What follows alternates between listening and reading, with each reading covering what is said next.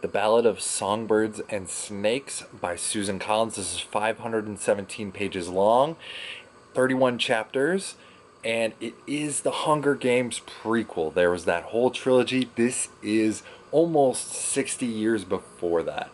Hunger Games number 10, the 10th anniversary in the universe, whereas the original trilogy is like 74, 75, and 76, I think, or something around that time frame. This is really my best one-liner I've got is from Game of Thrones. You know nothing, Jon Snow. That is how I would summarize this book. Very much a slow burn. It took 250 pages just to get into the Hunger Games itself. So there's a lot of introduction and build up to the main character because he was the bad guy in the original trilogy. President Snow. This is him as a young man, a teenager about to enter college. I think they call it the academy or university or something like that. Anyways, he is a young man. Both his parents have passed away, so he's living with his cousin and his grandmother, and they are scraping by, right? They are in this prestigious apartment with marble. So if rich people falling on hard times is not for you, I do not recommend this book, but they made you gather about his life and how he did fall on hard times. Just scraping together food is hard enough, let alone paying rent. And so that is where they're at. He's still presenting an outward face of wealth and power and prestige. And so he is in a tough spot and gets this assignment.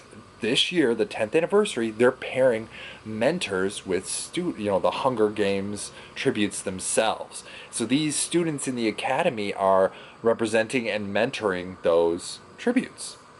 And really all his problems started long before this book begins, but his biggest plot point happens when he gets paired with District 12's tribute, the female district tribute. So he's got this long list, and District 1 and 2 are very prestigious, right? And 12 is kind of bottom of the barrel. And so he's kind of up against all of his classmates who are all vying for this top spot, a prestigious place in the university, and most likely a free ride. So that is like double whammy for him because, his classmates can probably afford it, but he can't. So he's in a do or die situation.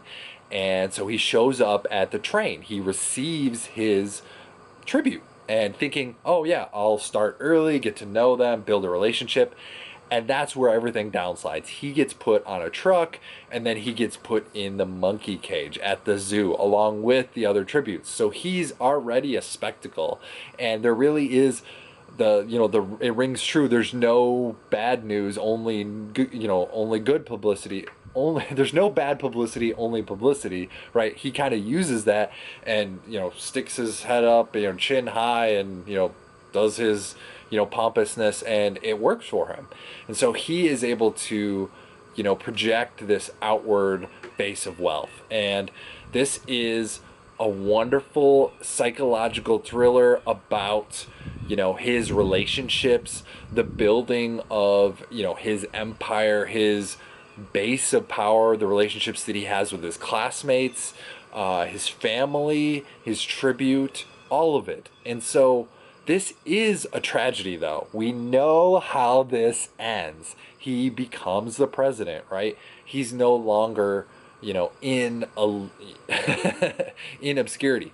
But we know it's a tragedy. We know because this is inspired by the Shakespearean play of the main character's name. I'm not going to attempt it because English is a terrible language and I am terrible at it myself. So we know this is going to end badly, but I wasn't able to look away. Each chapter, which I didn't enjoy, but each chapter ended on a cliffhanger almost without exception, so that got a little tiresome. There were even some of them I laughed at just because it was like, oh man, like this is not the way I would have ended it, but it got me to keep reading. So it did its job, even though it was kind of like, So either way, there is a movie coming out in November.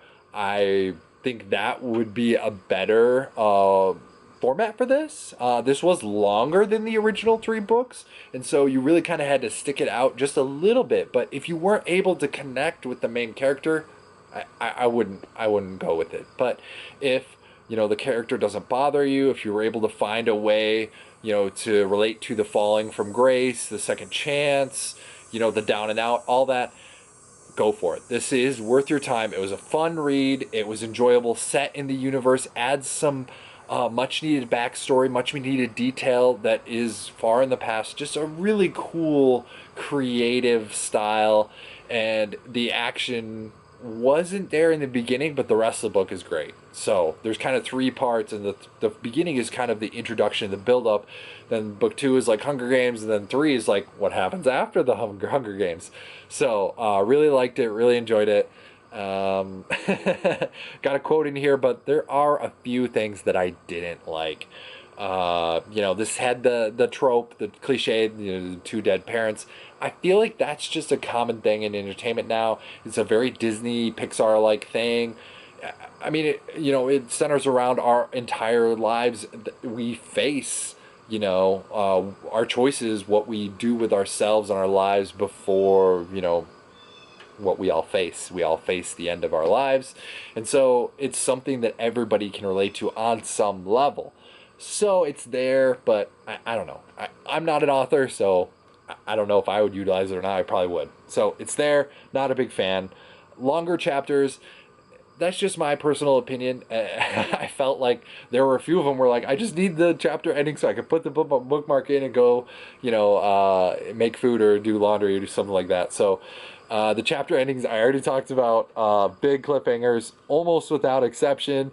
So that was kind of, yeah. But, and even, I mentioned this already too, 250 pages before the Hunger Games. We know the universe. Like, if you're reading this book without have read the Hunger Games, I don't know. I felt like we could have gotten into it a little bit sooner. Like, even like having a flash forward and then a flashback, like something like that. That would have been super cool. Like, give you a taste of the Hunger Games, and then like, but I knew it was coming, and so that kind of helped me go. But yeah, so I'm gonna get into the quote, and this does a really good job of kind of summarizing how the main character is like struggling against both society and like moral code and expectations, all that stuff. So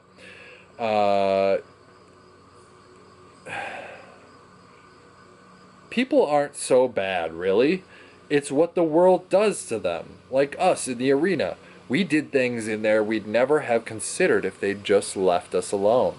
I don't know. There was no arena in sight, but you only killed to save me. I think there's a natural goodness built into human beings. You know when you've stepped across the line into evil, and it's your life's challenge to try and stay on the right side of that line. So that was the kind of dance that's been going on throughout the entire book, and it really emphasizes it. Am I doing the right thing? Is the main character doing the right thing? Should I be trying to make the world a better place? Should I be trying to make my life a better place? All this push and pull. Where is the compass? Where is the code? I think the quest to do the right thing is important. Is it everybody's goal? I'm not sure. But asking yourself is a good way to start. So, very much a psychological, moralistic book with fun action, backstory, details about the universe. If you liked the Hunger Games, you will like this book. I recommend it. Give it a read, and remember to buy your books used or digital.